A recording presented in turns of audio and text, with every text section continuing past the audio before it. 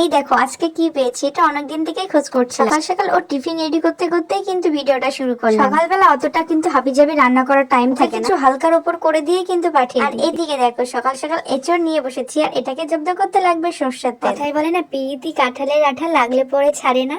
এই এঁচড়টাকে নাকি অনেক জায়গায় গাছ পাঠা বলে, আমি জানতাম না, শুনেছি। শুধু এঁচড় না, এই কাঁকড়াটাকেও নাকি অনেক জায়গায় মাকড়সা নামে চেনে। অবশ্য এই কাঁকড়াটা খাওয়ার না অনেকদিন থেকে ইচ্ছা হচ্ছে, অনেক বাজার ঘুরেছি, কোথাও কিন্তু এই কাঁকড়াটা আমি মিল করতে পারি। অবশেষে কাঁকড়া আমার বাড়িতে হেঁটে চলে এসেছে। না না গো, আর কি মারছিলাম। অবেলায় একটা লোক সাইকেলে করে কাঁকড়া কাঁকড়া করে হাঁকার দামটাও কিন্তু অনেক বলেছিল। উনি বলেছিল কাঁকড়া কিন্তু খুব ভালো হয়, কাটার পরে কিন্তু কাঁকড়াগুলো খুব একটা ভালো হয়। আমি অনেকবার বলেছিলাম একটু দাম কমিয়ে, একেবারে দাম কমায়নি তা না, দাম একটু কমিয়েছি। যেহেতু অবেলায় এসেছিল, বিক্রিও হচ্ছিল না, তার জন্য হয়তো উনি আমাকে কাঁকড়া কিন্তু দেখিয়ে দেখিয়ে পাল্লায় তুলছিল। এটা কিন্তু আমি বাজার থেকে কোনো সময় কিনিনি, কিভাবে কিনতে হয়, কি দেখে কিনতে হয় আমি কিন্তু জানতাম। আমি মনে করতাম এই কাঁকড়াগুলোর স্বাদটাই আলাদা, কিন্তু বিশ্বাস করো আমি কাঁকড়াগুলো নিয়ে পুরো ঠকে গেছি। এর থেকে ছোট ছোট কাঁকড়াগুলো ভীষণ টেস্টি। একবারই ঠকলাম, বারবার তো আর ঠকাতে পারবে না।